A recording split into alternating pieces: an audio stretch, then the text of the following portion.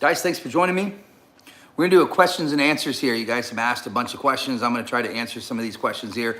Please give me some hearts if you guys can hear me. All right, awesome guys, awesome. Okay, so again, we're gonna do some questions and answers tonight. I've got a whole bunch of questions that you guys have asked. I know that there's a lot more, but I went through and I got some of them. Again, you guys, I don't read the comments while I'm in the middle of this because it causes me to lose my train of thought, and I don't like having to do that. So I don't read these comments while I'm in the middle of this, right? So I apologize. I don't know if we're going to bring anybody up tonight because there's a lot of questions and I want to answer them. But let me just start by saying, and this is for a very specific audience. And to that audience, you guys know who you are. And so if this doesn't make sense to you, then it's probably not for you. Let's just go ahead and say that. All right. But this is for a very specific audience. All right. I'm getting word that you guys are reluctant to take action in the way that I say action needs to be taken because you guys are worried about contracts.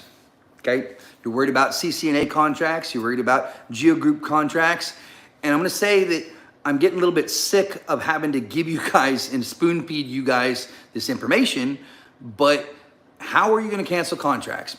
You're going to cancel contracts, one, because you have to, because you can't keep these people there any longer. I keep telling you that there are 2.9 million people who have had their rights taken from them by you without lawful authority, and that those people, if they decide that they don't want to be your slaves any longer, then you need to step aside and allow them to walk out because they're under no obligation, no contractual obligation to remain there. Guys, Title 18, subsection 4083 says that you cannot be imprisoned in America without your consent. Consent is a contractual obligation, right? Consent is a contractual term. Therefore, you are enslaved as a result of a contract. Now, let's talk about how that contract originates. It originates because you have a debt that's owed to society, and as a result of not being able to pay that debt, you are then sold into slavery in order to settle the debt. It is a feasible alternative for debt management. That's what the system is. You are enslaved as a result of debt. But you cannot be enslaved, all right? You cannot have enslavement as a result of a contract, right? Slavery cannot come by way of contract. Refer to John Locke, refer to Jacques Rousseau, refer to even Thomas Jefferson. All three of them said slavery cannot come by way of contract, and yet here in America you cannot be enslaved or made a prisoner unless you give your consent. Those are contracts, all right? So the contracts that were entered into, these people are not obligated to remain there because the contracts were entered into unlawfully. You didn't follow the rules in order to enslave them. Now, this goes back to how you guys are going to terminate these contracts. CCNA contract, the GeoGroup contract, the GTA contract, all these contracts that you, audience, whoever I'm speaking to right now, whatever contracts you created, you're going to be able to get out of those contracts as a result of the 13th Amendment. Now, I'm not a big fan of the 13th Amendment because of the exception clause, and we're gonna foreclose on that and remove it without a legislative stumbling block. But nonetheless, let's see what the 13th Amendment, the amendment that was adopted and created in order to abolish slavery. Let's see what it says exactly. It says, no person shall be neither slavery nor involuntary servitude shall exist except as punishment for crime, whereas the party shall have been duly convicted. And the key word for audience right now is the word duly. Duly is defined as in accordance with proper procedures, meaning that you must follow the proper procedures. And if you don't follow the proper procedures, then the enslavement would be unlawful. It would be in violation of the law. Now, I'm going to have an answer to a question here in just a moment, right? Because one of the questions is asking about, about terminating or voiding contracts that are entered into by plea bargain under duress.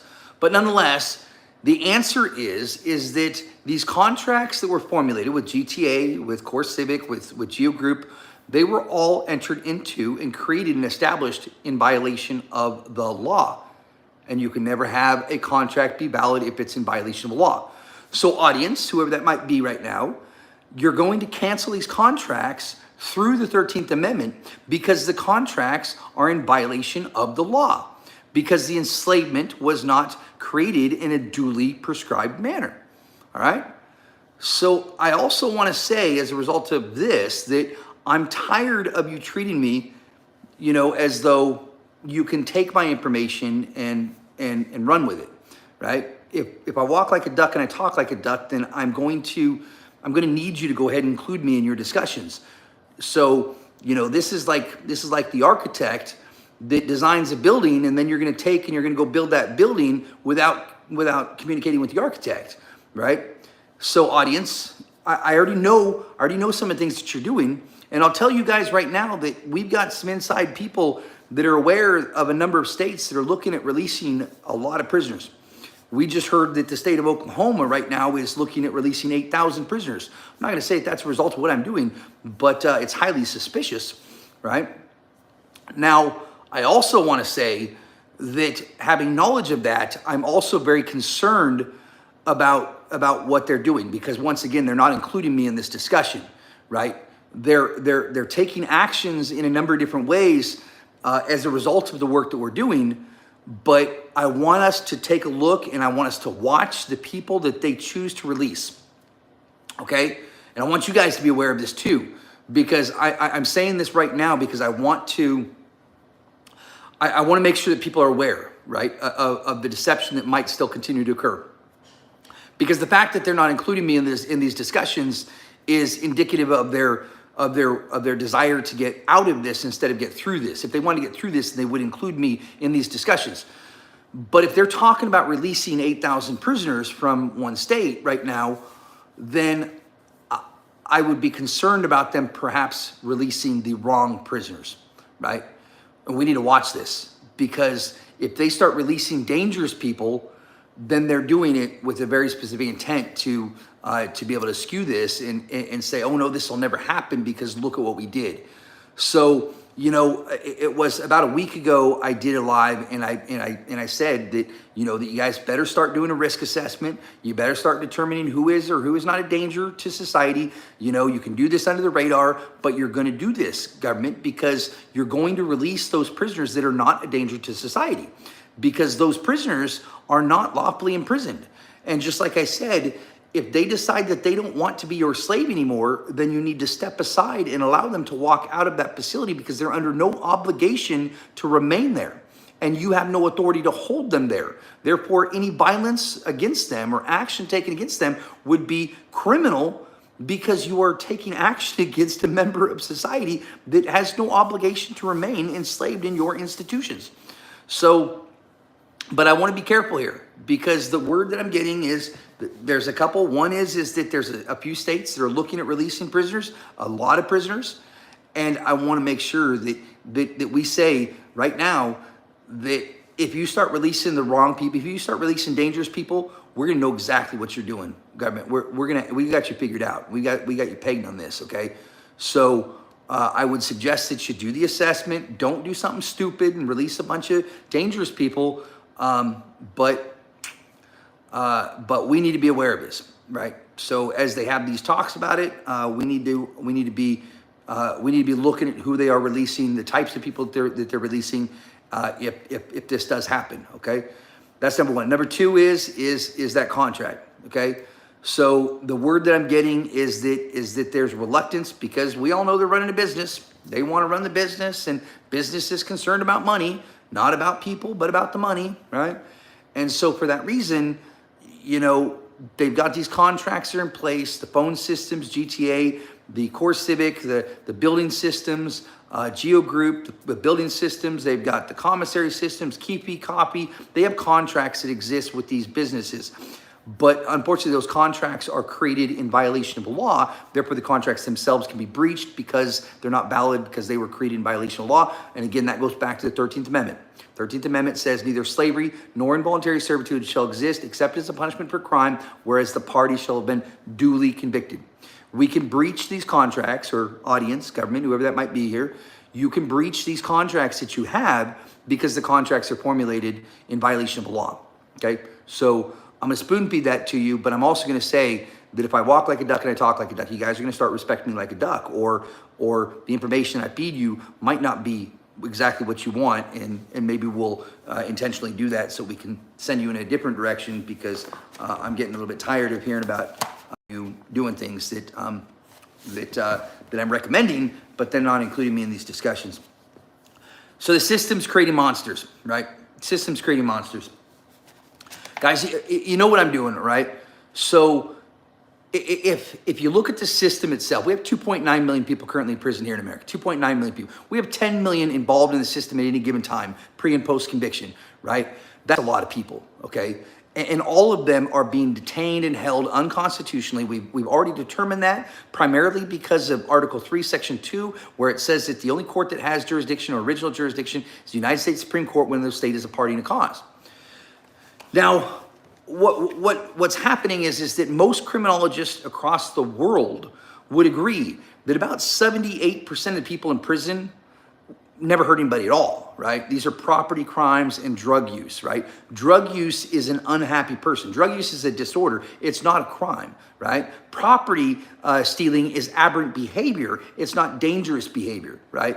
So the most criminologists across the world would agree that about 78% of people in prison are not a danger to society, right? Those are the people that we're looking at and saying, you know what, get them back home to their families. Let's teach them how to live better, right? Let's help facilitate them in education and other things. Let's help them be a person.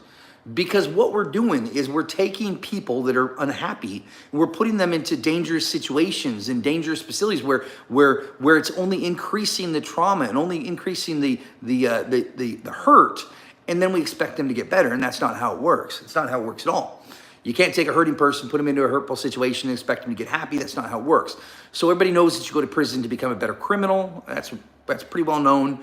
So, you know, what the system is doing is it's taking hurting people, right? And it's looking at the end, right? It's looking at what they did. And it's saying, okay, this person is a monster because look at what this person did. And what I keep saying is we've got to stop looking at what people do. We've got to start looking at what was done to them. Because when we look at what they do, all we see is that monster that needs to pay for things they've done. And it sets up this vengeance-based system we have in place today. But when we look at what was done to them long before the crime, as a child, as a husband, as a mother, then we see that something tragic happened to them. And it changed the trajectory of their life. And we can see the reason why they've done the things they've done. And now we want to help them. Now we want to heal them. And we can see the reasons why they've done the things they've done. And that creates a forgiveness base. That creates a health-based system, because the issue of morality is not a matter of punishment.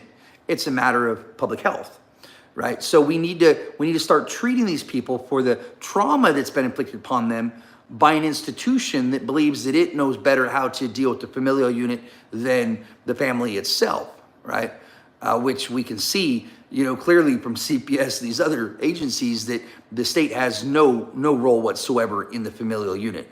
They shouldn't be involved in that whatsoever. So what we need to do is we got to stop facilitating the monster, and we need to heal the person, right? So when you look at and we have a number of nations that we can look to: Sweden, Denmark, Norway. Sweden in particular, you guys, Sweden is getting ready to shut down its last prison right now, right?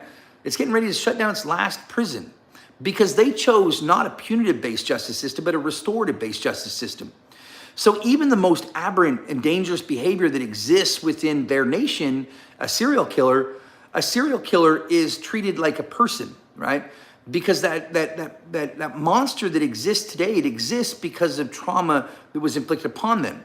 You see, the worst of the worst, the most dangerous people in our society, most criminologists once again would say that they're victims themselves of significant childhood trauma that we wouldn't even be able to comprehend on the scale of what would be child abuse. That we can't even understand or believe, you know, the level of harm and trauma that it's been inflicted upon these children by the very people that were there to protect them and take care of them, love them, and look out. So, most of these people, they don't have respect for life because they can't respect their own life because of what happened to them as a child, and nobody cares about that particular issue. They're only looking at what this monster did.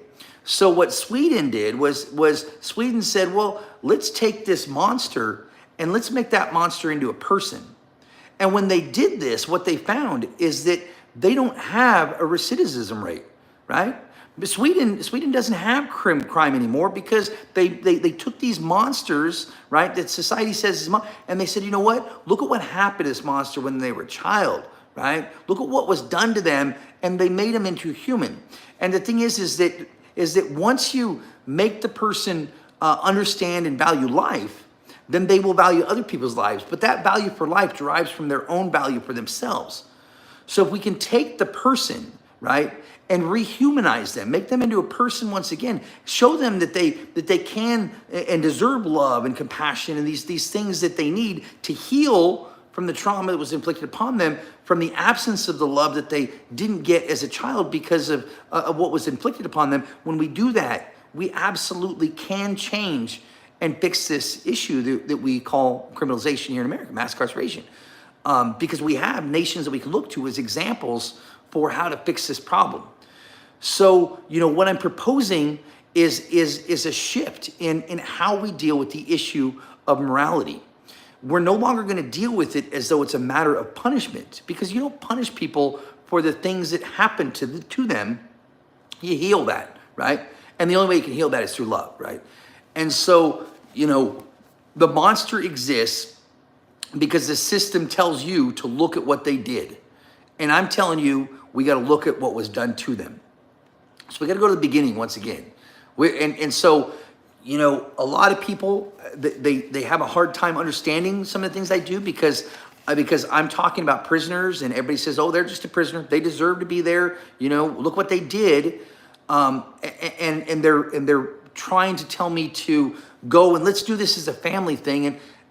And the answer is that I'm still doing it because every single prisoner was someone's child and is and we have a government that was instituted to protect the rights of the people. That's the sole purpose of the establishment of our government, was to protect and preserve the rights of the people. And yet we have a system that doesn't care about what the system has done to the people through the deprivation, erosion of the rights.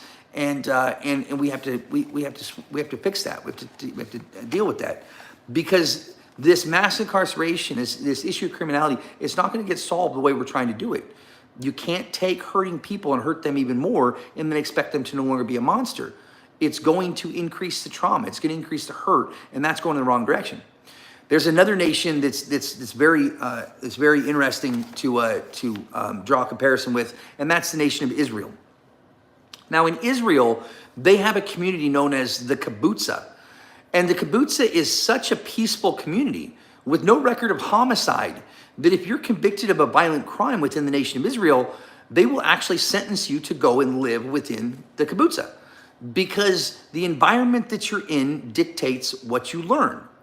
So if you're in a violent environment, the analogy that I use would be a marriage. If I have a wife and if my wife and if we create an abusive environment and a violent environment, we will produce violent children, right? Because the children are a product of the environment that we choose to create. And it's the same thing with a man. A man is certainly a product of his environment. So as our nation is led and our leaders are criminals, right, that are embezzling money and flying out to Epstein's Island and robbing from the Social Security Administration, or creating drug task forces by buying, selling, and manufacturing drugs so that they can create an environment where drug use can occur. These are all criminal acts. These are all criminal behavior. And as a result, we have criminals that are leading our country. And then we wonder why we have criminals that we produce as a society. So, the environment that you're in dictates what you learn. In Israel, they go and they are sentenced to live in this community, and they become peaceful people because they live within a peaceful environment, because they're taught to be peaceful. And we can do that here as well. But but we can't when we have, the government that's buying, selling, manufacturing more drugs than any Colombian cartel, and they're dumping on the streets so that they can create the criminal environment where people will come in and commit the crimes within the environment that they create, and then go out and arrest them and say, oh, well, yeah, we're immune from the things that we did, the environment that we created, but we're going to hold you accountable for coming in and breaking the law within our environment. Because my answer to that is, but for your criminal activity, there wouldn't be crime, government. So, you can't create a criminal environment and then hold the people accountable for the crimes they commit within the environment that you created, government. Another example that I always like to use is the issue of porn. Because, when the Supreme Court of the United States made the decision in early 2000 that porn was completely legal, it's just an expression of speech protected under the First Amendment. What that did was that created a sexual deviant environment that exists here in America. You can have someone that portrays themselves as an underage minor, sleeping with some old person, and it's okay if it's not really that. But what is that doing? It's creating the criminal environment. It's creating the sexual deviance. And so these people then, are told, look, but don't tell. And that's not how it works. We have people in our society that are predisposed to sexual deviance. And our government, our Supreme Court of the United States knew that if they created that environment, that it would eventually start to produce sexual deviance. Right? And sexual deviance would lead to mass incarceration because it's a whole nother type of addiction. It's not drug addiction. It's now a different type. And of course, the judges today are saying, well, who's going to stick up for a sex offender, right? I'm not saying the behavior is acceptable. I'm not saying it's okay. But what I'm saying is that there's a reason behind it. There's a deceptive intent that exists as to why the Supreme Court made that decision. And it has nothing to do with right or wrong. It has nothing to do with morality. It has everything to do with how can we increase the number of people that we send off to our institutions so we can profit off their involuntary servitude in these for-profit, privately owned businesses for the direct benefit of the state, right? So, that decision that was made was not the right decision. That's not a good moral decision to create an environment of sexual deviance because that over time you will begin to produce sexual deviance as a result of it. So our government is out there and they're creating these environments. And as a result of creating these environments, they are leading our country in a very specific direction. And then we wonder why we have increased crime rates, right? If we had moral leaders that are going to obey the law and out of love, faith, and respect for the people and the laws they established and the limitations of powers that they have, if we had that, then our country would be led in a good direction, which would produce a good environment, and that would eventually begin to start produce a good citizenry. So we are following our leaders. We are doing what they lead us to do, and as a result, this is the situation we're in. If we're going to have leaders that are going to be criminals, then don't be surprised if we become criminals as a result of such leadership. We're following our leaders, and we've got to stop following leaders that are criminals, and we got to get them. We got to get them out of this office. We got to get, and if they're unwilling to step up and do the right thing and to act in a lawful manner, consistent with what the people demand, then we're going to expose them for the criminals that they are, right? And they will be exposed. So what I'm trying to do is I'm trying to remove the monsters by rehumanizing the people. So we don't need to have those people within our society that are monsters, but the only way we're going to do that is by treating the trauma that created the monster, okay? And we can do that in very, very specific ways. Once again, I want to emphasize the fact that I'm not advocating for the release of dangerous people. I've never advocated for that. I will never. I'm not an abolitionist. I believe that we have a need to protect society from certain people, right? And I would never, ever, ever advocate for the release of dangerous people. So don't ever get me wrong on that. But what I am saying is that their judgments are all void because they are unconstitutional. So what government needs to do at this point in time is they need to do an assessment of these 2.9 million people that they currently have, right? That they currently have in prison. And they need to do an assessment, a real assessment, and they need to decide who is a danger to society.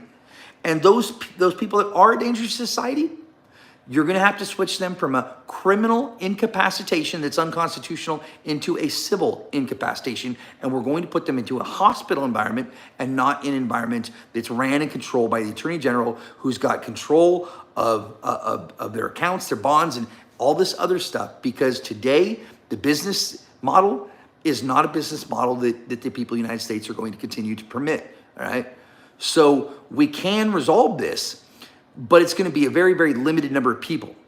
So if it's not cost advantageous, if you can't enslave and force people into involuntary servitude so you can profit off of their labor, then they're probably going to be much more willing to get people out that aren't a danger to society, because it's going to cost them more and more money that they're not going to be able to recover.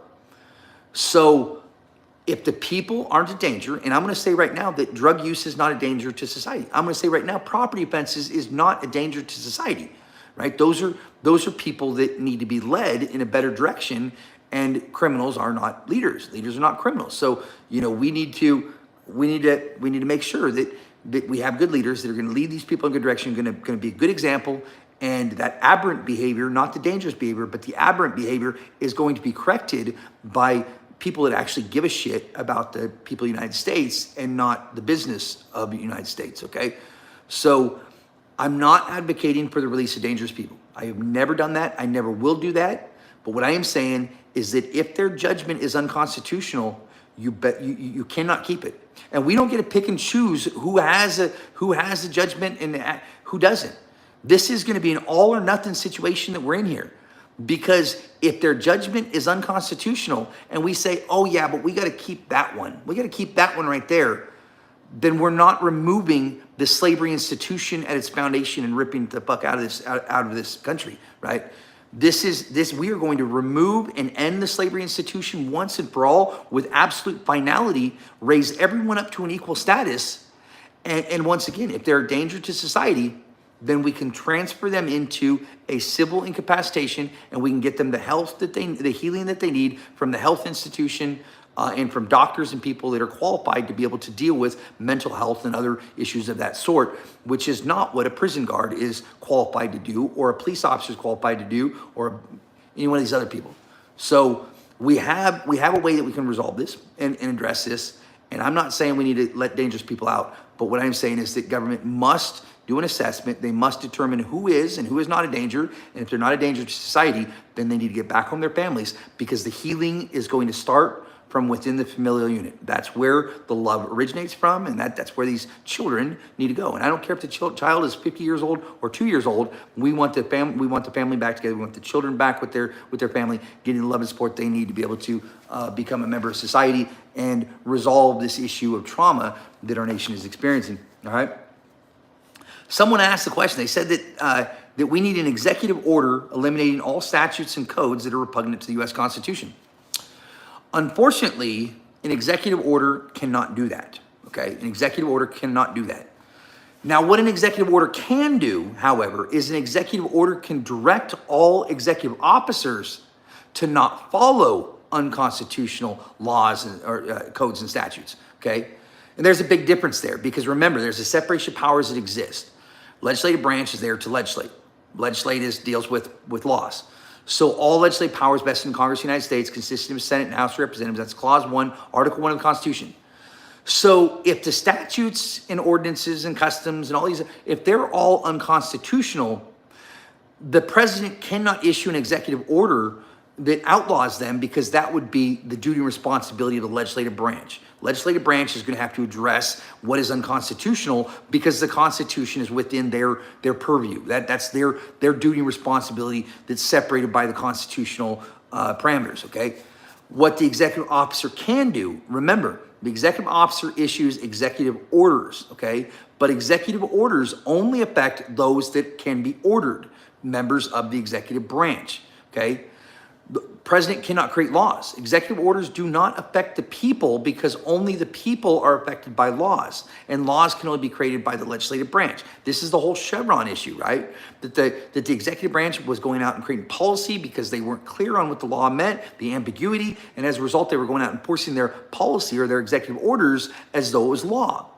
and executive orders don't affect the people. Only law affects the people. Executive orders affect those that can be ordered, members of the executive branch. But also remember that when it comes to the judicial branch, the judicial branch has no authority to create law either.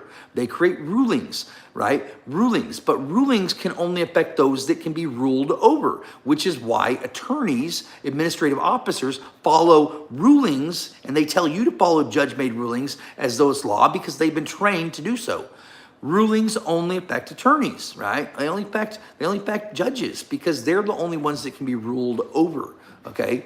And the people can't be ruled. So the Supreme Court rulings, the state court rulings, these rulings that is erroneously called law, it's not law because judges cannot create law. That's another separation of powers issue.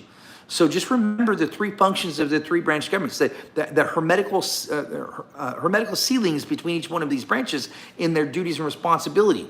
Law is created by the legislative branch. Law is the only thing that people are bound to. Orders affect those that are being ordered, prosecutors, whoever. They have to follow the orders, but the president can't order the people because it's not law, and the people don't have to follow orders because we are the sovereign. We're the masters in the whole scheme of things. And then rulings don't rule over the people either because the judicial branch is a servant to the people. They're a peasant compared to the king, right? And if the judges were able to create rulings that ruled over the people, then that would be the same as the peasant being above the king, which is a proposition too plain to be even contested, in the wise words of John Marshall, Chief Justice John Marshall. So we cannot create an executive order that would eliminate statutes and codes. Right? Statutes and codes are going to have to be addressed by the legislative branch. We'll get to that at some point in time. But what the executive order can do, and this goes back to like the DOJ memo with Grassley, because, I keep telling you guys, words and actions have to align. If they don't align, then you're a liar. So you can say that you're honorable. You can portray yourself as honorable. You can claim to be honorable. But if your actions are criminal, then you're a criminal and you're not honorable. So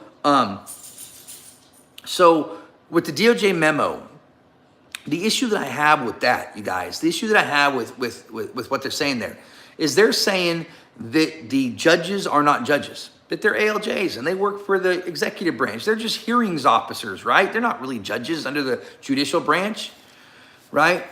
And the problem I have there is that, one, if they are under the executive branch, then why doesn't Trump just direct them all to obey the Constitution, right? You're going to put out a memo and you're going to say in that memo that, hey, all of these judges are all unconstitutional. They all work for the executive branch, but yet the executive branch is writing a memo that's saying we're not going to protect you anymore even though you work for us. It seems to me like a very simple fix if they do work for you to direct them to not act unlawfully any longer. That's issue number one. Issue number two is why is it business as normal in that courtroom today? If those judges aren't judges, if they're hearings officers, if they're administrative officers, and yet the prosecutors and attorney generals all work for the executive branch, and you believe that they're unconstitutional, then why are you still in that courtroom working with those unconstitutional judges or ALJs?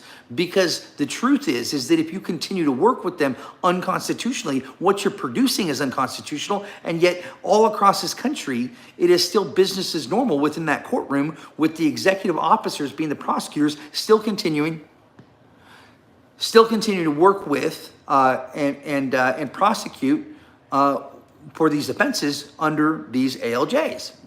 The words and actions aren't aligning.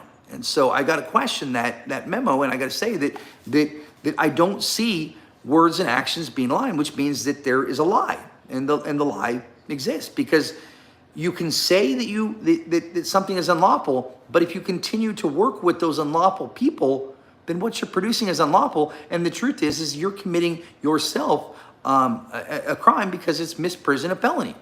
Right? You're covering up unconstitutional acts as you continue to work with the unconstitutionality of them. Now, I'm also going to say that I'm very concerned about it because last year on July 2nd, Mr. Trump was granted immunity.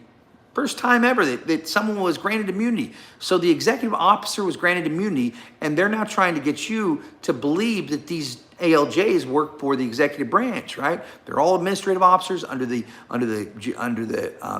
executive branch. The problem there is if you accept that narrative, Mr. Trump could grant immunity onto his agents, and thus everything that they've done could be lawful. Government is not trying to find a way through this. They're trying to find a way out of this, right? That's why they're not including me in these discussions, because they're not trying to fix this problem. They're trying to find a way to get out of this problem. And the way that they get out of it is if you buy into this narrative and you accept that all these judges are not judges, they work for the administrative or for the executive branch. If you buy into that and you accept that, then they could be granted immunity, right? And if they're granted immunity, everything that they've done would be valid, right? It'd be immune, okay? So that would be one way that they can get out of this, and I don't want to see that happen. So I like to use the analogy of a water gun for all of you. So if I'm walking down the street and I have a water gun and I point that water gun and I say, give me your money or I'm going to shoot you, if I portray that as that water gun as a real gun, and if you perceive that as a real gun, you believe it is, and you give me your money as a result of the fear or duress that I've inflicted upon you, it doesn't matter if that is not a real gun or not. What matters is how I portray it to you and how you perceive it, okay?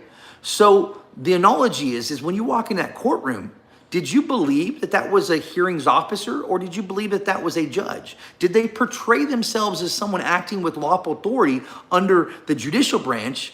And did you believe that? You did.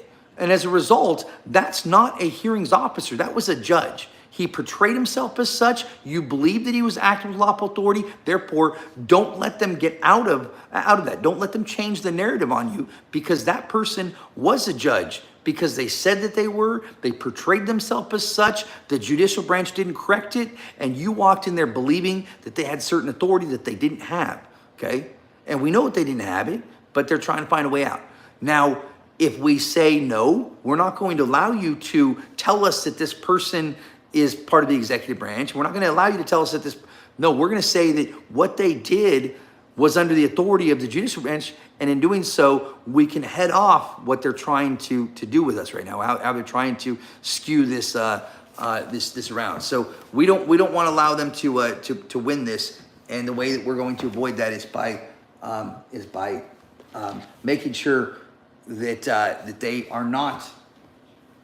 they're not granted immunity under the executive branch. 1 second, guys, I got to plug in this. All right, so I don't know how this is going to sit, though. All right. I guess it's going to sit all right.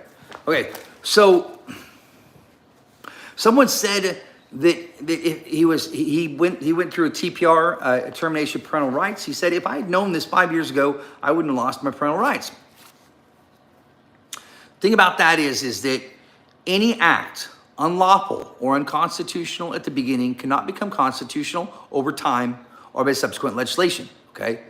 So whatever happened to you, right? I understand that you wouldn't have lost your parental rights 5 years ago, but that doesn't mean that it's not going to be restored. Because if the act of removal and interference of your familial unit was unconstitutional, as it is, right, under the incorporated right of intimate association, then that contract that was created that removed your child, right, it's not valid.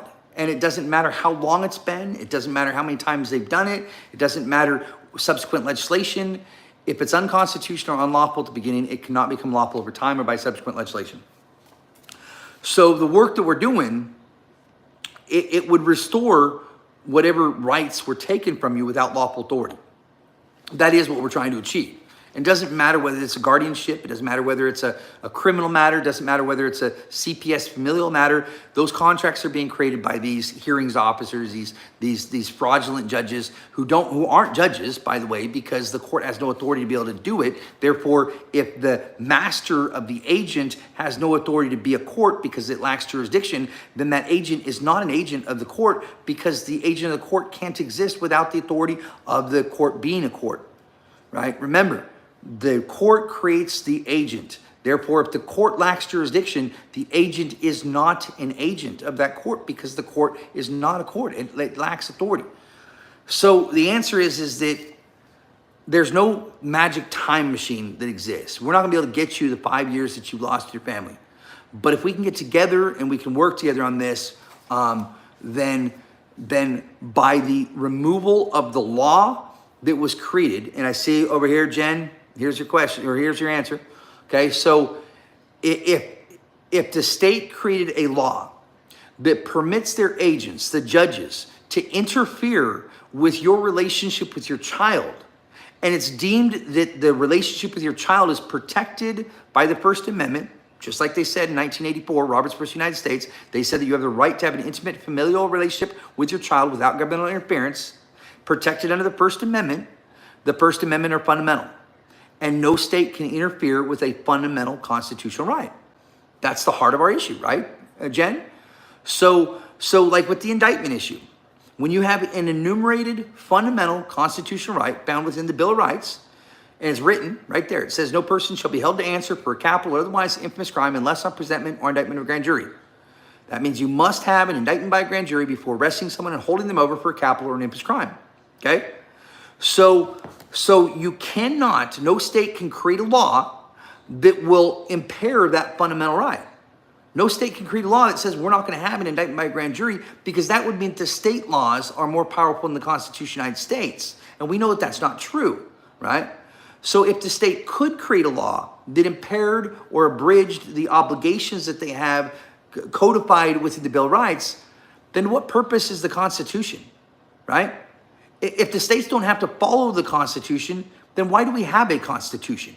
Right? If the states are able to not do what the Constitution limits them and restricts them from doing, then there is no need for a Constitution, which means that there's no need for a United States Congress, there's no need for a United States Supreme Court, there's no need for a United States President. None of that needs to exist if the Constitution doesn't exist, which is why the Supreme Court and the president and the legislators, they all have to step up and they have to get behind what I'm doing, because if they don't, then by their failure to take action, they will have ceded their power and returned it back to states. And now the states are more powerful than central government. Central government has no power anymore. So when the Supreme Court, and I'm going to use the indictment issue because it's a little bit easier, Jen, but when the Supreme Court of the United States, right, when they came out and they said in 1887 that you don't have to have an indictment by a grand jury, even though it's enumerated and written in the Bill of Rights, first 10 amendments, when they came out and said that, what they did was they took a judicial ruling, and they amended the law, right, by removing that provision of the Constitution, amending the law through a judicial ruling, thus legislating from the bench, right? So they legislated from the bench, they amended the Constitution in other than lawful manner, because judges can't legislate, they can't amend the Constitution. And when they did that, what they did was they placed at the foundation, removed the Constitution, placed at the foundation a judge-made ruling that they then called law, case law, okay? And then what happened was all these states, they went out and they said, oh, case law says we don't have to do it. Therefore, they started enacting all of these provisions in their inferior constitutions that permitted them to not have an indictment by a grand jury. Because, hey, the Supreme Court created a law, says, oh, yeah, you don't have to do it. And so then these states relied upon that inferior ruling, right, that erroneously was called law, that amended the Constitution other than lawful manner by a branch of government that cannot legislate. And when they did that, they relied upon an unconstitutional act. And then when they did that, that means that their law, the state laws, are now unconstitutional, which means that every single contract that was created relying upon that inferior, unconstitutional state law that was created as a result of an inferior, unconstitutional ruling that was erroneously called law are all void. So what we have to do is we have to fight the original point. So if we can remove the law, right? If we can remove the law that was created, that was used to establish the contracts, the removal of child or whatever else, if we can remove the law, then the contract is void, right? So when the Supreme Court of the United States came out in 1984 and said that they found that the right to intimate association exists, found to exist, protected under the First Amendment. The First Amendment is part of the Bill of Rights. It's not enumerated because it's not written in the Bill of Rights, but it was found to exist, right? Which means that the Supreme Court of the United States incorporated the right. They created the right and said that it's protected by the First Amendment, by the Bill of Rights. Which means that once you have a fundamental constitutional right incorporated, as of that moment, no state can create a law that abridges or interferes with that right because it's now fundamental, okay? So you have the fundamental constitutional right to have an intimate relationship with your child without governmental interference. So when the state of Florida created a law that said we can interfere with your relationship with your child and then directed the judges to be able to go out and enforce that inferior law, that law is unconstitutional because the right to have a relationship with your child without governmental interference was found to be fundamental, protected by the Constitution. Therefore, no state can create a law that interferes with your relationship with your child. That would be an unconstitutional law, right? By a state that relied upon a judge-made ruling or whatever else that allows them to be able to do it. So the contract that they created when they removed your children, right, and amended your rights and when they did that, what happens then is that the contract that was created is void because it was created based upon an unconstitutional law created by a state whose law is in violation of the fundamental rights of the United States Constitution. So when we look at this indictment issue, the indictment issue is very, very easy, guys. And I'm using the indictment issue because we have to. We cannot use an incorporated right to argue this. We can't come in with the familial unit. It will not work because when you deal with an incorporated right versus an enumerated right, what would happen then is that the court would simply say, oh, we find that it doesn't exist, right? Because it's not written. And that's the reason why in 2019, the Supreme Court of the United States said that the privileges and immunities of United States citizens are at a minimum those enumerated within the Bill of Rights, given their legal effect against interference by states because of their codification in the Constitution's text. So they said that at a minimum, what you get, no matter what, wherever you reside, it doesn't matter. At a minimum, your rights protected by the Constitution are what is enumerated within the first 10 amendments of the Constitution of the United States of America, right? Because the familial unit is not enumerated, because it was incorporated, we have to use an enumerated right in order to leverage the Timms versus Indiana case from 2019, unanimous decision, where it says, at a minimum, your rights are what is in the Bill of Rights, the first 10 amendments, okay? So it's really important that you guys understand, I'm not doing this simply to get a bunch of prisoners out. I'm doing this because we need to get the Constitution back to the foundation. And those prisoners had rights that were taken that were enumerated within the Bill of Rights, and we can use that enumerated right to be able to bring in a much bigger issue. And it all has to do with the preservation of the familial unit. I don't care what anybody says, that's what this is about. We've got to save the family because the destruction of the familial unit is what is destroying our nation, right? The hurt and trauma that we're inflicting upon these children that CPS is taking from the love and care of their families and their mothers and fathers is destroying our country because every one of those children have an 85% likelihood of going to prison over their lifetime.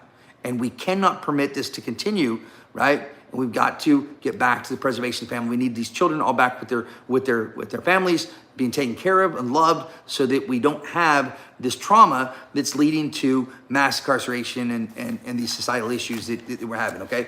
So on the indictment issue, it is enumerated. Therefore, we rely upon the enumerated constitutional right. It's written right there to see. It's actually what's called de novo because pure questions of law, you don't have to go. So you don't have to go to a lower court. You can, the higher court can rule de novo because the theory is that the higher court is in no better position of addressing the issue if it's an issue purely in question of law. So the Supreme Court, we can order de novo if we need to because this is simply a question of pure law, right? What is the supreme law? Is the state law supreme? And if so, great. States can alter and amend the Constitution of the United States, in which case, let's go ahead and shut down Washington, D.C. Let's send all these people home, because there's no need for central government anymore if the state's laws are more powerful than the Constitution. If the Constitution is not supreme law of the land, then what is the purpose of the Constitution, right?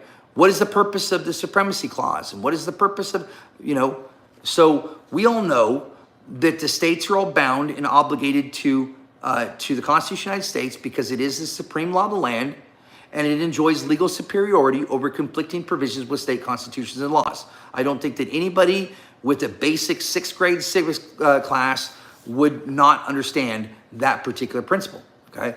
So when the Constitution has an enumerated right, then the states cannot abridge that right, because that's called a limit of power, okay? So if the states could abridge the limits of power created by the delegated authority of the people, then that would mean that we have unlimited government at the state level. And we don't live in a world where we have unlimited government, because the purpose of the Constitution is to establish rights and limit powers. People have rights, government has powers. So if the government, the state government, can abridge the delegated authority or the powers restricted by the people in the delegated authority through the Constitution, then that would mean that the states are unlimited in power. They're unlimited. So even Chief Justice Marshall, he said in Marbury versus Madison, he said that to what purpose are laws created, and to what reason are they reduced to writing, if those that are bound to adhere to them are able to exceed them by their discretion? The difference between a government with limited powers and unlimited powers is abolished if those that are bound to be restrained are able to exceed them at their will, right? So if we create a limit of power through the Constitution, through the delegation of power that we give as the people, and if the states are able to exceed or disregard that, then that means that we have a government of unlimited power and not limited power. And to what purpose do we preserve rights through a Constitution if those that are to be restrained are able to exceed them or disregard them by their discretion? That would be an unlimited government, and we don't live in a world of unlimited government, all right? Okay, so the answer for you, brother, is that yes, 5 years ago, I'm sorry for the years that you lost with your children, but the sooner we get together, the sooner we'll get that contract that was created abolished and voided, because any act unlawful at the beginning cannot become lawful over time or by subsequent legislation. So the TPR that they did against you to remove your child without lawful authority, that will be rendered void the moment that we're able to show that states cannot exceed the power authority statutorily conferred upon it by the Constitution and the establishment of laws that are repugnant to the Constitution of the United States of America, okay?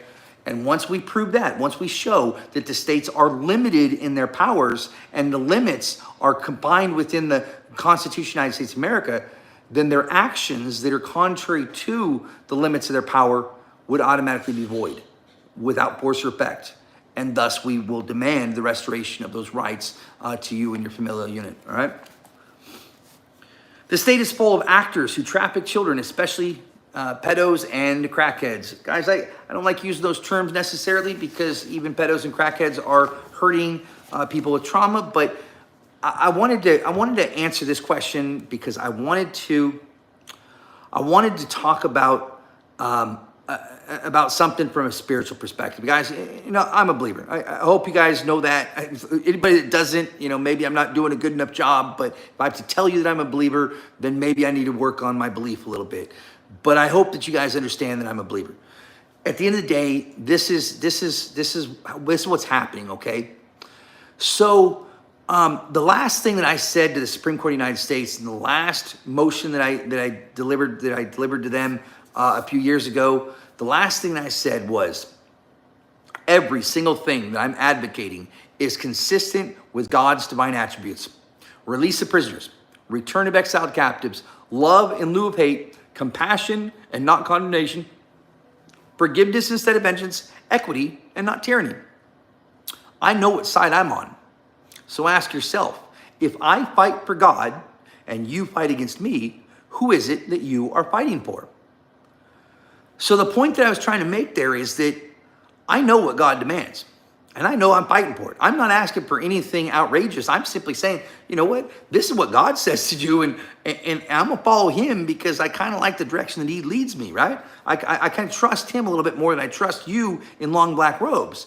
But you see, if you were to open up Isaiah 10, you can see what God demands, right? Release prisoners, right? Bring them out of the darkness, right? Your sins are forgiven, right? Lighten the yoke of those that work for you and your slaves. Think about those things. Though these are the things that I'm saying we need to do, so I know what side I'm on. I know exactly what side I'm on. I know what spirit resides inside of me. But I also know that everything that they're advocating for is the exact opposite of what God demands, right?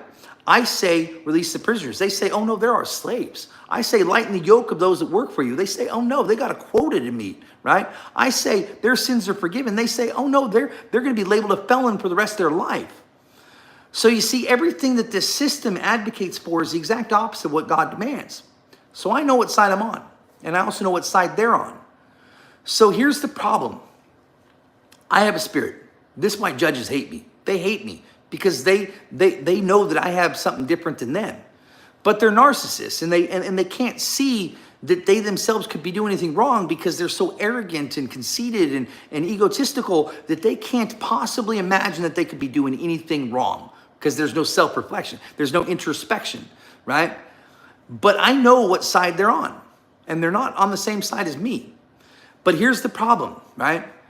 We all have a spirit. We know that. Spirit of truth or spirit of deception. There's really no other spirit. You have a spirit of truth or you have a spirit of deception. They obviously have a spirit of deception. They don't know the truth. They don't understand the truth. They're everything that they're saying to do is contrary to what truth demands, okay? And for that reason, the judges will always side with someone who has the same spirit, okay? When you come into a courtroom, there's usually a liar and someone telling the truth, right? There's someone that doesn't want to be found out and someone that's speaking the truth and is trying to do the right thing. And that's why in a lot of these cases, you guys, don't feel bad that you're losing. Understand that the spirit that lives inside of you is the spirit of truth, right? It's the spirit of truth. Because if that judge is fighting against you, if that judge is coming after you, understand that judge is going to be comfortable with someone who has the same spirit as them, right? They're going to side with the liar. They're going to side with the evil side, right? They're going to side with the wrong person because that's the side that makes their spirit be comfortable, right? And when you understand this particular truth, then you can say, okay, all right, now I get it, right? Right? Those judges, they are full of the spirit of deception. We know every one of them is a liar because every one of them is committing perjury, and perjury is the effect of a liar. So if we know that they're filled with the spirit of deception, we can see the fruit that they're producing by their actions, and their actions are the opposite of what God demands. Then just understand, right? Understand that if a judge is coming against you, that's because he doesn't feel comfortable with your spirit, right? If the judge is siding against you, that's because he doesn't feel comfortable with your spirit, right? Because he knows that because he's obviously going to side with what makes him comfortable. So in most of these cases, and I'm going to tell you, in most of these cases, I believe that the wrong person is being impacted. Whoever the judge is going against is going to be the one that should prevail. But they don't prevail because we have a liar that's sitting on the bench, and we have a liar that's sitting in the prosecution that's pretending to be law enforcement. Those two have got spirits of deception, right? They're liars themselves. They're committing perjury. And as a result, the decisions that they're making are going to be with the ones that make them the most comfortable. A liar will always side with another liar. They'll always feel comfortable with another liar, right? And so when we go back to this, the question that you said, right? The state's full of actors who are trafficking children, especially pedos and crackheads, right? These children, we've got to get them saved. But the reason why these children are going with the abusive parent in most cases, the reason why these children are being given back to the parent that assaulted them or sexually molested them, the reason why this is happening is because the spirit of that judge feels most comfortable with the spirit of evil, right? Of the one that's deceiving. And in most cases, this is what we're seeing. And guys, I'm seeing this consistently now, right? I'm out and I'm meeting with families now on the family matters. And what I'm seeing is that these judges, the decisions that they're making is the wrong decision. These kids are being given to the wrong side over and over and over again, okay? And it's horrible, right? But now that we can understand what's going on from the spiritual perspective, right, then I think that we can understand the actual power that we have. Because if the truth lives in you, if you're having adversity brought against you, if a judge is coming against you, then you know what? Welcome to the family, all right? Welcome to the family, because you're on the right side then, right? Because we know they're on the wrong side. I talked earlier with someone about Plato and his book, The Republic, right? And the origin of justice is really interesting, because justice is neither good nor bad, right? It's neither good nor bad. It's actually a compromise between two evils. So in real justice, nobody wins, because when it comes to the issue of sin, everybody loses. Everybody's going to pay, right? That God's been clear about that. So when it comes to the issue of sin, everybody is going to pay. But Plato's theory on the origin of justice is that justice itself is neither good nor bad. It's actually a compromise between two evils. Because good is to commit injustice or to accuse another of wrongdoing. Bad is to suffer injustice for the things that you've done. They're both evil. And the reason why good is evil is because if you're repaying evil with evil, right? In other words, you're saying, okay, this person needs to go to prison. They need to pay for things they've done. If you're repaying evil with evil, then all you're doing is bringing more evil into the world. And good is incapable of creating evil. Only evil can create evil. Therefore, Plato's theory is that good itself is evil. Therefore, justice is not neither good nor bad. It's a compromise between those two evils, because justice is equally concerned about all parties involved. Justice would never side with one party or another. That's the problem that we have today, is that we have a system that believes that one side can prevail in a matter where both sides are at fault, right?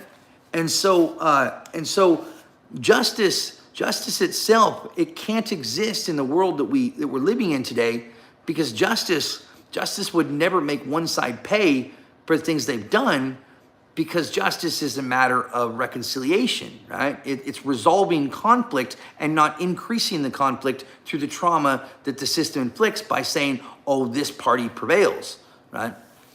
And so you're right. We're seeing some disgusting things happening to these children. And one of the reasons why is because for every child that we expose to such behavior or such abuse, that child is going to have trauma that they may very well never, ever, ever be able to overcome and heal. And as a result, now we have a self-sustaining, reoccurring product that's now feeding the system, right? For every child that we expose to molestation, that trauma that's been inflicted upon that child, they will probably never be able to overcome that. And now the system is fully aware that now they have a person who has got an 85% likelihood of spending pretty much the rest of their life in and out of prison because of the trauma that the system has created through the actions that they're doing. They are creating these monsters. And that's why I say that we can't hold the monster accountable for the things that they do, because it would be a much better way to address the things that happened that created the monster, so that the monster doesn't exist anymore. We want the people, because the people themselves can be healed. The monster is just going to continue to act as a monster, but that's because we're not bringing the person back from the place that they're at. We're allowing this institution to label them that monster, put them into a place that's going to increase the monster, and now they're going to go out and create other monsters through the trauma and pain and all these other things. So you're right. They are doing that. Why are attorneys allowed in other branches of government? I talked with a guy named Terry down in North Dakota about this earlier today, and it's interesting because it's true. we all know that attorneys are administrative officers of the court. They follow administrative law. Administrative law is law made by the judicial branch. So when a judge creates a ruling, right, and a ruling must be consistent with the positive law because judges are tethered to positive law. But when they create a ruling and they erroneously call it law, what's happening there is that judge is now legislating from the bench, and the judicial branch has no authority to legislate, right? There's a separation of powers that exists. We did not delegate any legislative authority to the judicial branch because we reserved all the legislative power to the legislative branch. That's why Clause 1, Article 1 says all legislative power is vested in Congress of the United States, consisting of a Senate and House of Representatives. So all power to deal with law, create it, amend it, destroy it, all that power resides within the legislative branch. And because that is a constitutional obligation, it cannot be delegated and it cannot be discretionary. So they can't delegate the authority to create law to a different branch of government because that would be amending the Constitution in an other than lawful manner. They can't say, oh, well, constitutional obligations are never discretionary and they are never delegatable. So the judicial branch has no authority to do anything with law because that would be legislating from the bench. That would be a branch of government performing a function that branch of government was not delegated to perform. Judges create rulings, not law. So all of this judge-made rulings that is erroneously called law, that's what we're seeking to destroy. And the moment we destroy that and say, oh no, none of that's law, then we will remove all of that from the foundation and we will see the Constitution placed back in its rightful place at the foundation, right where it's supposed to be, and everything then deriving from it, and the people living within a society consistent with what we believe it's meant to be, not what judges say that it is based upon their own social, political, or public policy. All right, so that's what we're trying to do, and we'll get there. But the attorneys are administrative officers of the court, administrative officers. That's why attorneys are taught to follow judge-made rulings, case law. They're taught to follow that because they're administrative officers. They follow they follow judges, okay? And then we wonder why we have a system in place such as it is today, because we have attorneys that are filling every public office across this whole country. People that believe that judges make the law. People that have been trained to believe that judges speak the law and that you follow them, right? And then we wonder why we have the situation that we had. Attorneys cannot fill a different branch of government. Attorneys cannot be lawmakers because attorneys are part of the judicial branch. They're following the judicial branch. So, we can't allow someone that's been trained and an officer of the court, an officer of the state, an administrative officer of the court to fill a position of a different branch of government. If you're an administrative officer of the court, and that's what you've been trained to do, you're under the judicial branch. Therefore, you cannot fill a role as a legislative branch because that would be a branch of government that's separate from your profession. So these lawmakers that are in DC, all these attorneys that are filling these positions, they're filling these positions and they're making decisions that are removing the freedom of the people of the United States because, once again, they're in the business of removing freedom. Because that's all that a lawyer does. That's all an attorney does. They're trained to make a person into a criminal. They're trained to remove the freedom of the people by relying upon laws that are unconstitutional by slave owners and slave traders, right? Judge-made rulings. They're trained to follow those rulings which are designed to remove freedom because that's what the judges do. They remove freedom. They create criminals, and criminals are slaves and slaves are criminal. Look at the 13th Amendment, right? So they should not be filling other branches of government. So I watched a video last night as I was driving over here to where I'm at right now. I was watching a video, and a judge ordered someone to be arrested. I sat back and I thought, wait a second now. How is that judge ordering someone to be arrested? Because isn't an arrest done by the executive branch? Aren't they responsible for enforcing the law? So how can a judge who is there to administer the law be performing a duty of the executive branch, the law enforcement. Judges can't order an arrest, because if they do, then that judge would be fulfilling an obligation. Thank you so much for that, Real. Thank you so much. If they do, then that would mean that they are performing a duty that's hermetically sealed into a different branch of government. Remember, the three branches of government. The executive branch enforces the law. All orders for arrest come from them. All arrests come from them, right? The judicial branch is there to administer the law, right? Make sure that things are done fair, to preserve the rights of the people and to ensure that the rights are given, because they're the guardians of liberty, right? But if a judge were to order someone's arrest, that judge would be taking the duty of a prosecuting attorney, right? So wouldn't that be practicing law from the bench? Wouldn't that be performing a duty that is outside of their constitutional parameters? Absolutely. I want you guys to think about that, because I know that you guys are smart enough to come up with some kick-ass,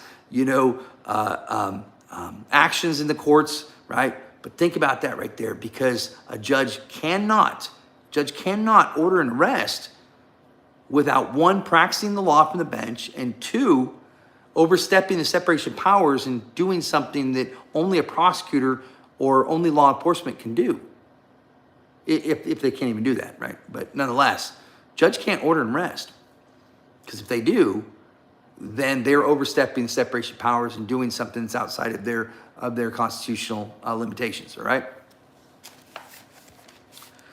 They are not the executive branch, Taylor, because if they're the executive branch, then the executive branch can grant them jurisdiction. We went through this.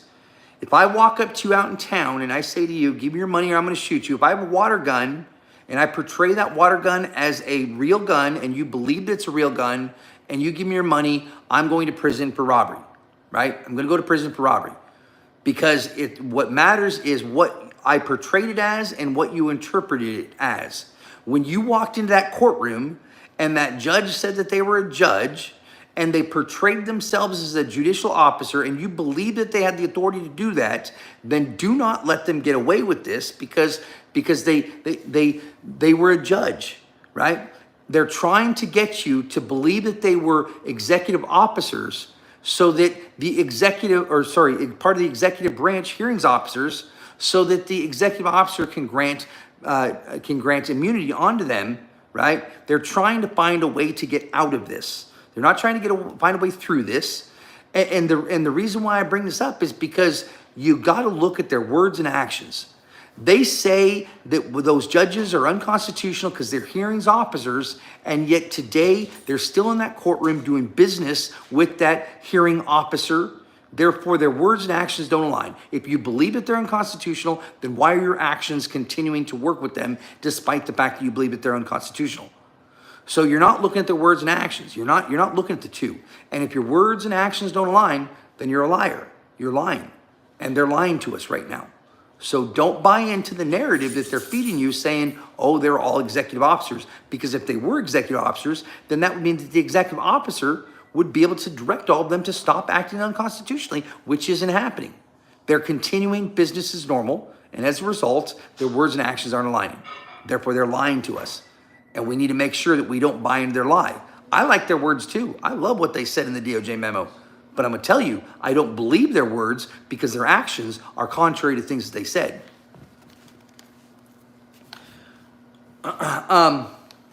What happened to innocent until proven guilty? Was another question. What happened with innocent until proven guilty? Well, let me tell you what happened to innocent until proven guilty. Here in America, we live in a society where you were supposed to be innocent until proven guilty, right? And that burden of proof resides upon the prosecuting attorney, who must find you guilty beyond a reasonable doubt, right? So the burden of proof here in America was guilt beyond a reasonable doubt. Not preponderance of the evidence, that's a civil matter, but guilt beyond a reasonable doubt. This grand jury is the issue, right? The grand jury, absence of the grand jury is absolutely the reason why we are now in a situation where you are guilty until proven innocent. Because what happens is that when you have the absence of the grand jury, what happens is with information, is that an accuser calls up the police and says that something happened to them. And that police officer then reduces that information to writing in the form of an affidavit and submits it to the judge. Now, the judge has only received a single half of the story, right? Half of the story, they never went and asked you about your side. They only took half of the story. And then they asked that judge, they said, Judge, would you please authorize this arrest? And that judge does. And so now you get arrested based upon a single set of alleged facts. Now, what happens there is it sets up what's called an irrebuttable presumption of guilt. Irrebuttable presumption of guilt. It's an irrebuttable presumption of guilt because you're not being given the opportunity to be able to rebut the accusations that's been laid against you, right? And when that doesn't happen, you are now presumed guilty based upon the mere fact of being charged with the crime. You're being taken to jail. You're deprived of your liberty. You're, all these things that you're supposed to have protected, like your ability to go out and earn money. And thank you, Abdul. Appreciate that, brother. They'll earn money. They'll take care of your family, to use your property. All these things that are supposed to be protected by the Constitution are being taken away based upon the mere fact of being charged with the crime because there was an information delivered that was never rebutted, right? And an irrebuttable presumption of guilt sets up what's called a trial by affidavit. You're being brought to trial based upon an affidavit. Now, when in a trial by affidavit, what happens there is that your right to confront your accuser evaporates because you can't put that information on the stand and cross-examine it because it's now truth. You're being arrested based upon a single set of alleged facts, right, without being given the opportunity to rebut those facts in a neutral, unbiased proceeding in front of a neutral, unbiased third-party decision maker known as a grand jury, and you're being arrested and treated as though you're guilty. And now what happens in an irrebuttable presumption of guilt is that you, as the defendant, have to go out and collect evidence in order to prove that you're innocent. Therefore, it is a guilty until proven innocent scenario. And according to Blackstone, this occurs when there's a shift in the burden of proof. Now, normally the prosecutor has to prove that you're guilty beyond a reasonable doubt. That's how it's supposed to be. But in an irrebuttable presumption of guilt, the burden of proof shifts, and it's now the defendant that has to prove that they're innocent, right? Instead of the prosecutor having to prove that you're guilty. And again, according to Blackstone, this breakdown of due process, it occurs when the system focuses on speed and efficiency as opposed to established procedures and processes. You guys can go out. Blackstone talks about it. In irrebuttable presumption of guilt, it talks about just this issue. So when there's a shift in the burden of proof and you as a defendant have to prove that you're innocent, well, now you are guilty until you prove yourself innocent. And this is a shift in the burden. It's a breakdown of due process, according to Blackstone, because the system focuses on speed and efficiency as opposed to established procedures and processes. There's an absolute breakdown of due process that exists because the system wants to push as many people through because it's focusing on speed and efficiency as opposed to what are the established procedures and processes that we must follow that are codified in the Constitution of the United States of America. But I will say that any time that a defendant has to prove that they're innocent, that is a direct violation of the Constitution of the United States of America. Not only that, but it is actually a violation of the international human rights standards. Never, ever, ever does a defendant have to prove that they're innocent or that they're innocent because the system is already arrayed against them. That would be an unacceptable leverage or an unacceptable advantage for government to be able to shift the burden of proof and now require the defendant to prove that they're innocent because the system is already arrayed against them. Once again, this is all talked about within Blacks. You guys are welcome to go out, read Blacks. It tells you all about this. You read it to your heart's content. But there's two things that you need to focus on. One is trial by affidavit. Understand what that is. And that when you're brought to trial through an affidavit, when it's an affidavit that brings the accusation against you, that your right to confront your accuser, it evaporates because you cannot put that information on the stand and cross-examine it because the common law in affidavit unrebutted is truth, right? It's truth. So when they deny you your right to be able to rebut the affidavit or the information that's against you, that is now truth, which is why an unrebutted accusation is truth, right? An unrebutted affidavit is truth. I mean, we talk about that all the time. That's why. So when you don't have the opportunity to rebut the hearsay evidence that's against you in a fair and neutral proceeding in front of a fair and neutral decision maker called a grand jury, then your right to confront your accuser has now evaporated, and you're now being detained and held because you can't put that information on stand and cross-examine it because it is now truth at common law. All right. So now this also brings us to the issue of not being present in the grand jury to be able to confront those hearsay accusations against you. You must be present in that grand jury, because if you're not, then the purpose of the grand jury is to protect the accused from hasty or malicious charges from an overzealous prosecutor. So when the prosecutor denies you your right to be present to be able to confront the accusations against you, then that would be an abuse of process. It would be a crime, because they're preventing you from being able to the protection and benefit of the very proceeding that's to protect you from the very person that's denying you the right to be present to protect you from that person, right? If the purpose of the grand jury is to place a check on prosecutorial power, and yet it's the prosecutor that says, we're not going to allow that guy in to be able to benefit and be able to defend himself from the very person that proceeding is there to protect him from, that's a crime. It's called obstruction of justice. When two or more persons conspire for the purpose of preventing any party in any cause from participating in said cause, commits the crime of conspiracy to obstruct justice. So when the prosecutor conspires by and between the accuser to deny the accused the right to be present to benefit from the very proceeding that exists for his protection from the prosecutor, that is an abusive process. It is conspiracy to obstruct justice. And by that criminal act alone, you would negate the validity of the indictment that would ultimately be handed down, which is why, like in Trump's case, Trump's indictment in New York was unconstitutional, because he was not present in the grand jury to confront the hearsay accusation against him because of the conspiracy to obstruct justice that existed by and between the prosecutor and Stormy Daniels when they prevented the accused the right to be present to benefit from the very proceeding that exists for his protection from the prosecutor and Stormy Daniels. All right, so that's the reason why we are not innocent until proven guilty. There's a shift in the burden of proof that's occurred. It's a breakdown due process. You guys are welcome to go out and read about it. Focus on trial by affidavit and focus on irrebuttable presumption of guilt. If you guys want to learn about those are the two most important things that you guys need to know, okay?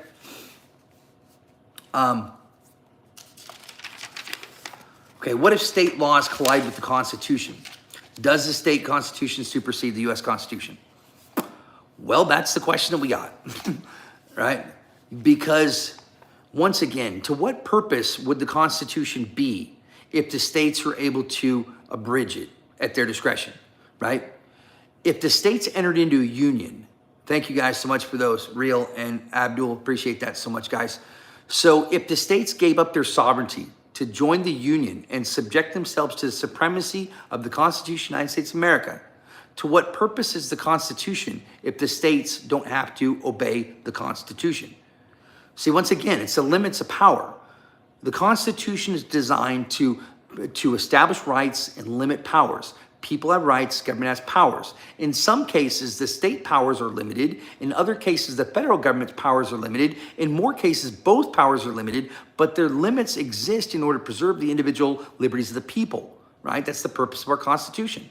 So what purpose is the Constitution if those that are to be limited in power are able to exceed such limits at their discretion? So once again, like the 10th Amendment, or actually the 10th Amendment's down here just a little bit further, so we won't go there yet. But, so what if the state laws collide with the Constitution? Every single state constitution has placed itself into subjection to the United States Constitution, somewhere within the first article. Article 1, Section 2 for Washington State's Constitution, for instance, says the United States Constitution is the supreme law of the land. So the state of Washington's inferior constitution has placed itself in subjection to the supremacy of the United States Constitution, which means that if there is a collision or an issue of laws where there's repugnancy, then we have to bring in preemption to determine which law is supreme. Well, the supreme law of the land is going to be the Constitution of the United States of America, because Washington State's Constitution says, well, that's the supreme law, not us.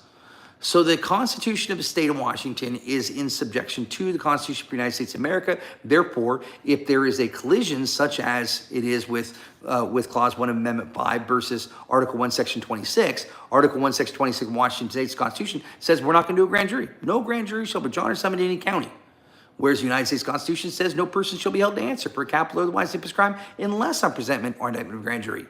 So United States Constitution says you got to have it before arresting someone, holding them over for a capital or an infamous crime. State of Washington says we're not going to do it, right? You clearly have a conflicting provision between those two laws. So in this particular instance, what we have to do is bring in preemption to determine which law is supreme. Well, the state of Washington's inferior constitution has already placed itself in subjection to United States Constitution, Article 1, Section 2, and as a result, in that particular case, and this applies to all states, but when there is a conflicting provision between United States Constitution and state constitution, United States Constitution is the supreme law of the land, and the state constitutional provision must be removed and replaced with the correct constitutional provision from the United States Constitution. So the state constitution does not supersede the U.S. Constitution in any way or form, right? Because the only thing that makes America America is the Constitution for the United States of America. Therefore, if the states were able to abridge the limits of power that the people delegated and restricted to the states through the Constitution of the United States of America, then that would mean that the state laws are more powerful than the Constitution of the United States. And once again, to what purpose would the Constitution be? To what purpose is the central government? If we're going to go that route, then that's fine. We have 50 individual nations. We don't have one union. E pluribus unum is completely irrelevant. Out of many comes one. We don't have one, we have 50. And as a result, let's just go ahead and get rid of central government. Senators go home, Supreme Court shut down, Congress, you're done. And President, you have no position or authority anymore because there is no need for central government anymore because the Constitution doesn't exist. The only reason why the three branches of government exist is because of the Constitution. Absent the Constitution, we have no need for Washington, D.C. anymore or any of the money that we ship off to them for whatever it is that they don't do, okay? So the answer is that state constitution do not in any way, shape, or form supersede the U.S. Constitution, and that is precisely the issue that we're needing to get addressed. What is the role of these states within our system of government? Are the states part of the union? And if so, then that means that they are partially sovereign states. They're non-sovereign states with a centralized governing structure, right? Which means that the laws of the United States, just like the Supremacy Clause says, this Constitution, laws of the United States are the supreme law of the land, and they enjoy legal superiority over conflicting provisions with state constitutions and laws. Another one here, and we're just going to jump down to it. So will the 10th Amendment strike this down? Because this kind of coincides with it. No, because the 10th Amendment, what it says is it says rights not delegate or powers not delegated to central government nor restricted by the state governments are reserved by the people of the states respectively.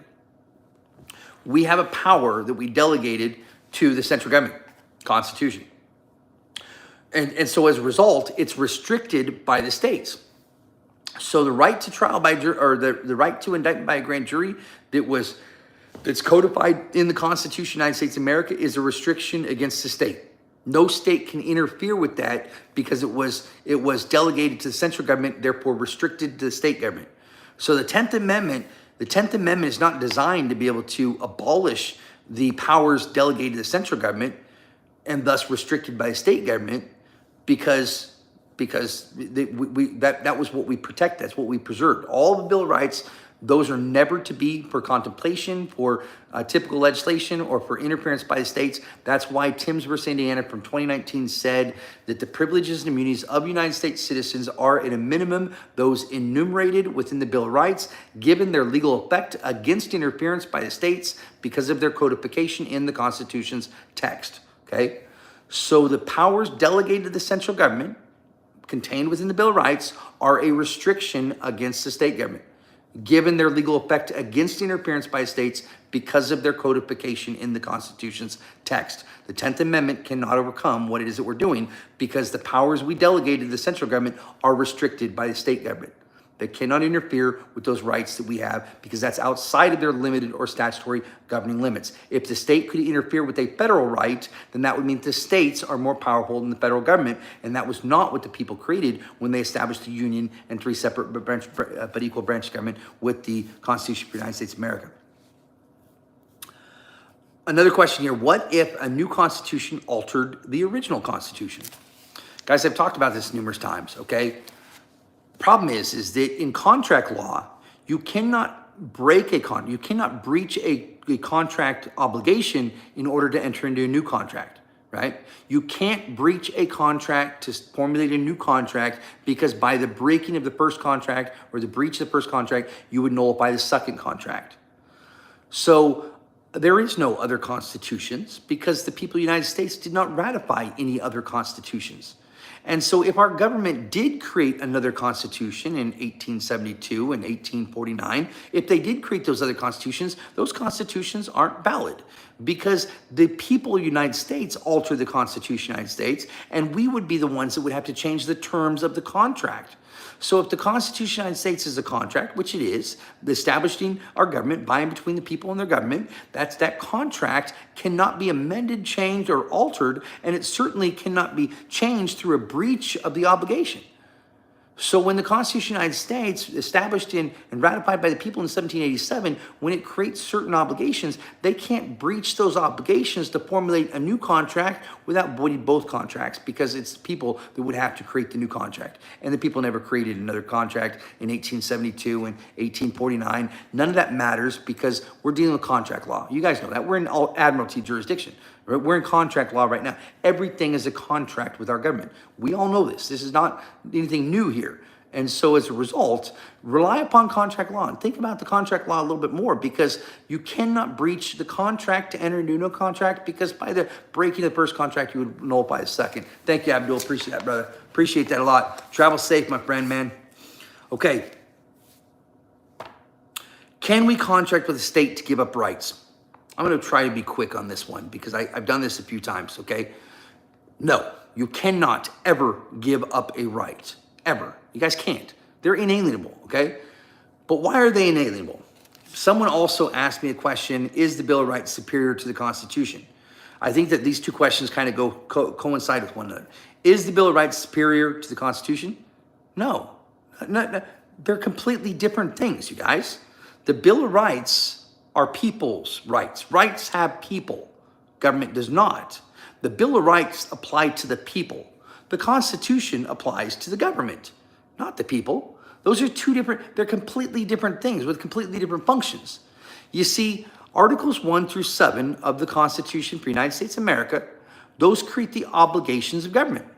Nowhere within Articles 1 through 7 do you find a right. Those are all obligations.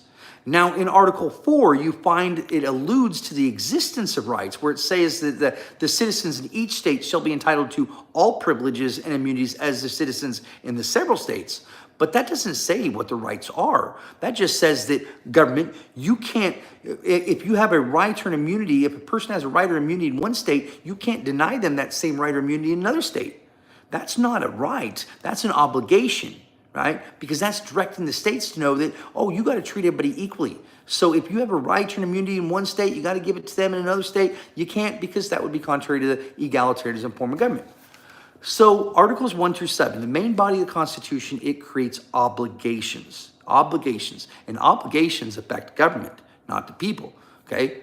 So the rights were then established under the Bill of Rights. Those are the rights to people. Remember, the purpose of the Constitution is to establish rights and limit powers. Powers are the obligations, okay? So, thank you so much right there. Thank you so much, guys. So, so can you contract with the state to give up your rights? This had to do with a plea bargain in particular. So he's saying, can I give up a right for a plea bargain? And can I enter into a contract? Isn't that a private matter? I think is what the question was. And the answer is no. You cannot give up a right, because those rights are inalienable. And the reason why they are inalienable is this. The main body of the Constitution, Articles 1 through 7, those establish the obligations of government. Okay? So that's everything government must do. That part of the Constitution was ratified by the people on September 17th, 1787. 1787. So our Constitution and the obligations of government were created in 1787. Then the Bill of Rights were adopted and ratified by the people on December 15th, 1791. Therefore, the obligation comes before the right. Obligation comes before the right. Therefore, rights derive from another's duty to act. Where there is no duty, there cannot be right. So you have the right to due process of the law because the government has the duty to ensure that those rights are provided. So in order for you to contract to give up a right, government would have to breach their duty of providing the right because their duty comes before your right. They must break the law in order to contract with you to give up a right because their duty came before your right, okay?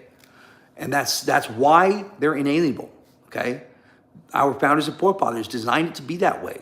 The main body of the Constitution creates the obligations of government, and those obligations existed before the rights existed, right? Before the establishment of the rights. You always had the right to be free, but we needed to make sure that the government's obligation of ensuring your freedom existed before your right to be free was enumerated in the Constitution. Therefore, their obligation comes before your right. So if the judge says to you, do you want to give up your right to a trial by jury and enter into this plea of guilt? That judge cannot ask you that because in order for you to negotiate a contract of removing your right, that judge would have to break the law of providing and ensuring that your right exists because their obligation comes before your right. In order for them to enter into a contract with you, they would have to break the law. And going back to the very beginning, you cannot formulate a contract by breaking the law without making that contract unlawful, okay? So government cannot take away your rights. They can't even negotiate or contract with you to remove your rights because in order to do that, they would have to break the law that preserves and protects your rights, okay? They entered into their office. They swore that they would be bound by the obligations of the Constitution. Therefore, they cannot contract with you for the removal of your rights without breaking the law. And therefore, the establishment of that contract would be in violation of the law. And you can never have a contract be valid that's in violation of the law, okay? That's why Miranda versus Arizona says where rights secured by the Constitution are involved, there can be no rule or legislation created which would abrogate it. You cannot create a law, legislation, or a judge-made ruling which would abrogate a constitutional right, okay? Judges cannot create a ruling that would take away a right, and lawmakers cannot create a law that would take away a constitutional right because Miranda versus Arizona clearly says where rights secured by the Constitution are involved, there can be no rule or legislation created which would abrogate it. Now, we can also find it within the rules of civil procedure, okay? The rules of civil procedure says where rights secured by the Constitution are involved, there can be no rule or legislation created. No, hang on. It says, I'm sorry, that was Miranda versus Arizona. The rules of civil procedure says, rules must not conflict with statutes, nor impair the legal rights of the parties. Thus, a court has no power to create a rule which would constitute a waiver of a constitutional right. Okay, so once again, rules must not conflict with statutes, nor impair the legal rights of the parties involved. Thus, a court has no power to create a rule which would constitute a waiver of a constitutional right. What they're saying there is that rules created by the judicial branch, rules cannot conflict with statutes because rules are not law and rules cannot change the law. Therefore, rules must not conflict with statutes, nor impair the legal rights of the parties involved. Thus, a court has no power to create a rule which would constitute a waiver of a constitutional right. So, in order for that judge to say to you, do you want to waive your rights to a jury trial and enter into this plea, that's clearly in violation of the rules of civil procedure because no judge can abridge their obligation of ensuring a jury trial is done in order to get you to give up your right to a jury trial because by their breach of obligation, it has now resulted in violation of your rights. You cannot contract your rights away. You can't give them up because their obligation exists before your right can be violated, right? I hope that that's clear. I've tried to make that clear many, many times here, you guys. You cannot give up a right because the law protects your right and the judges are bound by the law. Therefore, in order for you to give it up, they would have to break the law. So you can't give them up. You can't waive them. You can't negotiate them away. You can't enter a new contract to give them up, because in order for them to do that, they would have to break the law. And they can't break the law to enter a new contract, because anytime you break the law to formulate a contract, that contract is non-enforceable. It's void. Okay? One last here. Says, isn't a plea bargain a private matter? No, it's not a private matter, because once again, it's a contract, right? So when you enter into a plea, what you're doing is you are changing your legal relationship with the state, right? And you're entering into a contract of guilt with the state. You're changing your legal relationship with the state. It's not a private matter, because in contract law, if the way in which the contract is formed is illegal, then the contract formed then becomes illegal. So if you have to break the law in order to formulate the contract, or if you do break the law to formulate the contract, then the contract formed is then illegal, okay? So there's a couple different ways in which the contract becomes void, the plea bargain contract. One is through the use of threats, intimidation, coercion, or duress. Duress is a justifiable defense for a crime, a breach of contract, or a tort. If you use duress to formulate a contract, that contract is void, wholly without force or effect. I can't take a gun, point it at your head, and say, I'm going to shoot you unless you sign this contract, and then be able to hold you accountable to the terms of that contract. Any more than a prosecutor can say to you, I'm going to send you to prison for 20 years if you don't enter into this contract with me. It's duress. And the moment that they use duress to formulate that contract, the contract formed is then illegal. The same thing with children. When CPS comes up to you and says, we're going to charge you with kidnapping unless you give up our children, just like they did a couple days ago with a friend of mine, right? When they say that to you, they are formulating a contract with you to change your legal relationship with the state, to remove your child, and the way in which they get you to do it is through the use of threats, intimidation, coercion, or duress. They're abusing their power in order to formulate a contract. And anytime you abuse the powers to formulate a contract, of course, you are committing a crime of extortion, because extortion is bringing a result around, or abusing your discretionary authority in order to bring about a desired result. So if you abuse the discretionary authority that you have in order to compel a result through illegal means, that is the crime of extortion. So a plea bargain is not a private matter. It's not a private matter, because in order to negotiate the terms of the plea, in order to get them to enter a new contract, you have to break the law to do it, right? So no. The moment that an unlawful act is done, in the moment that a crime is committed, in order to negotiate the contract negotiated is void. It's wholly without force or effect. And so another thing that you guys should think about on this is that a lot of people say to you, oh yeah, but the judge asked me if I was under duress. I walked in and they said, well, before I accept this plea, have you been threatened or intimidated into accepting this plea? Or any promise has been made to get you to enter into this agreement. And the problem there is that question is non-binding. It's wholly without force or effect as well. Because that judge is part of the very same body of men doing the intimidating as the one asking you if you've been intimidated. That judge works for the exact same body of men that the prosecutor works for. So if the prosecutor threatens you, so does that judge. And the example that I use is this. This is the example I use. My body is made up of a whole bunch of different parts. I have eyes and ears and a mouth and legs and arms and hands. I have all these different parts, right? If my hand comes up to you and threatens you and tells you to plead guilty, but then my mouth asks you if you've been threatened or intimidated, my hand and mouth are part of the same body, right? That's unenforceable, because my hand threatens you, my mouth is just as threatening as that, because it's all part of the same body Tanawah. Pretend that my body is the state of Washington. Just the state of Washington. My hand is now the prosecutor, but my mouth is the judge. If my hand comes up to you and threatens you and tells you to plead guilty or else I'm going to send you to prison for 50 years, and then my mouth says, oh, have you been threatened or intimidated to enter into this plea? My mouth represents the very same body doing threatening as the one asking if you've been threatened, which makes that plea unenforceable. If the state wanted to enforce a plea bargain, they would have to bring someone in from outside the body that they've defined, the state of Washington, in order to ask you if you've been threatened or intimidated. Otherwise, the very same person doing threatening cannot be the very same body of men asking you if you've been threatened, because that's an unenforceable agreement, because they're part of the same body. If one part of the state of Washington threatens you, all parts of the state of Washington threaten you, because they're all part of the same body of men. They're all part of the same body.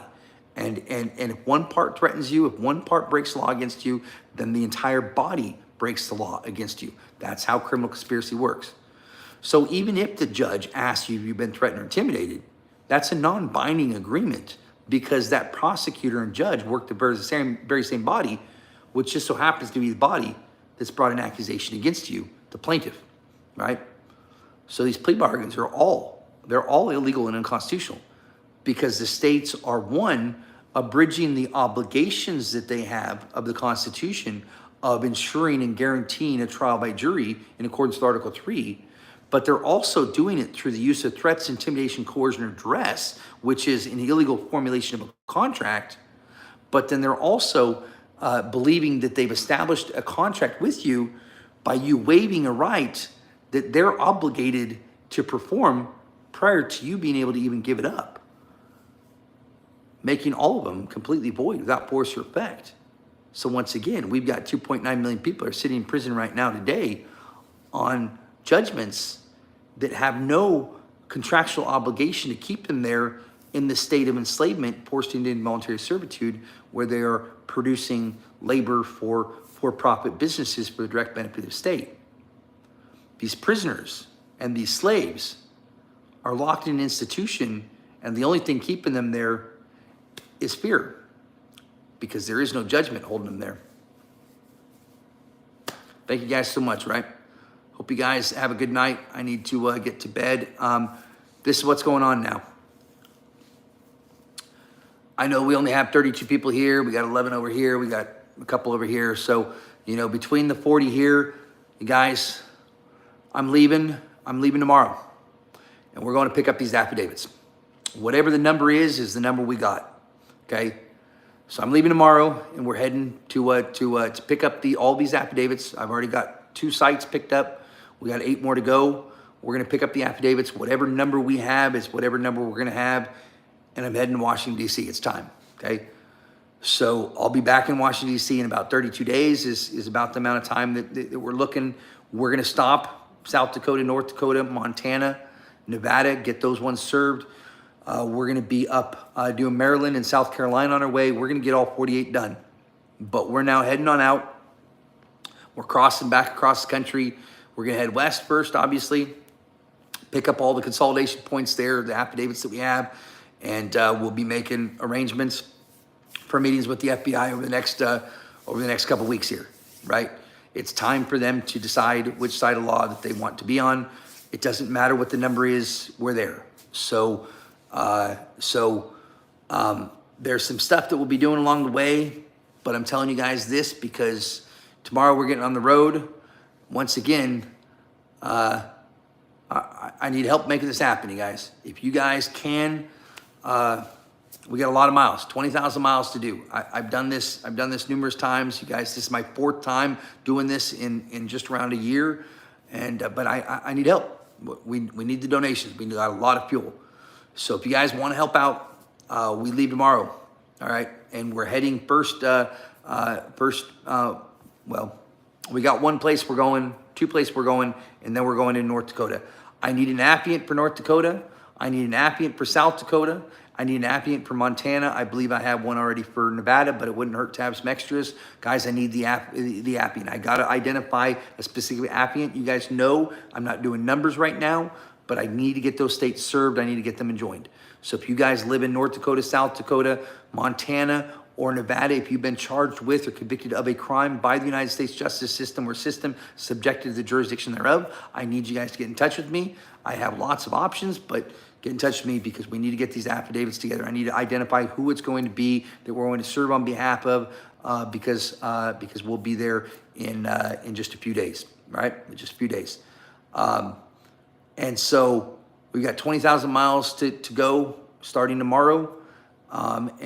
So we need the support. We need a lot of gas. So we've got Cash App, Chime, Venmo, and PayPal.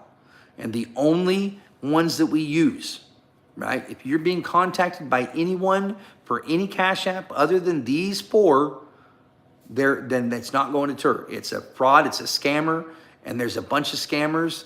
And by the way, I don't work with certain groups. I don't work with Pure Cure. These are not people that I work with. So if you're being contacted, because I just found out today that Pure Cure is asking you guys to send affidavits to him, those affidavits aren't coming to the TURB. Sorry, guys. It's because that's not what's happening. So we have Cash App, Chime, Venmo, PayPal. They're all exactly the same. It's We Shall Be Free.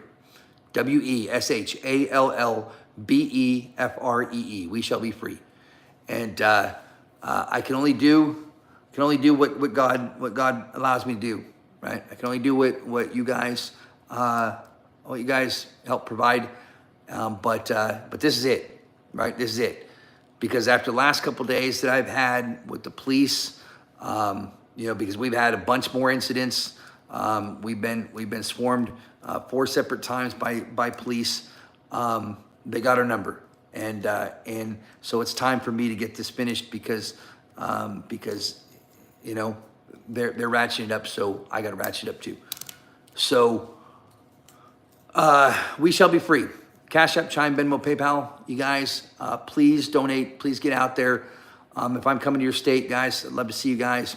You guys come out and love me, hate me, whatever. Let's get this finished, all right? So we got about a month. And the timing is just right because you know as well as I do that court goes into recess so that they can have a nice, relaxing, fun summer, not having to work. Well, fuck them. We're gonna hit them with something before their summer comes along. So we're gonna get back before that first week in June. We're gonna have these affidavits and we're gonna bring them and have a meeting with the FBI. We've got a lot already. I don't know what the numbers are gonna end up being in the end, but whatever we have, this is the number that we're going on. So any affidavits that's remaining, we're gonna be putting it on the website, but any affidavits remaining is gonna go to the North Carolina site. Every single affidavit that still remains, they're gonna go to the North Carolina site.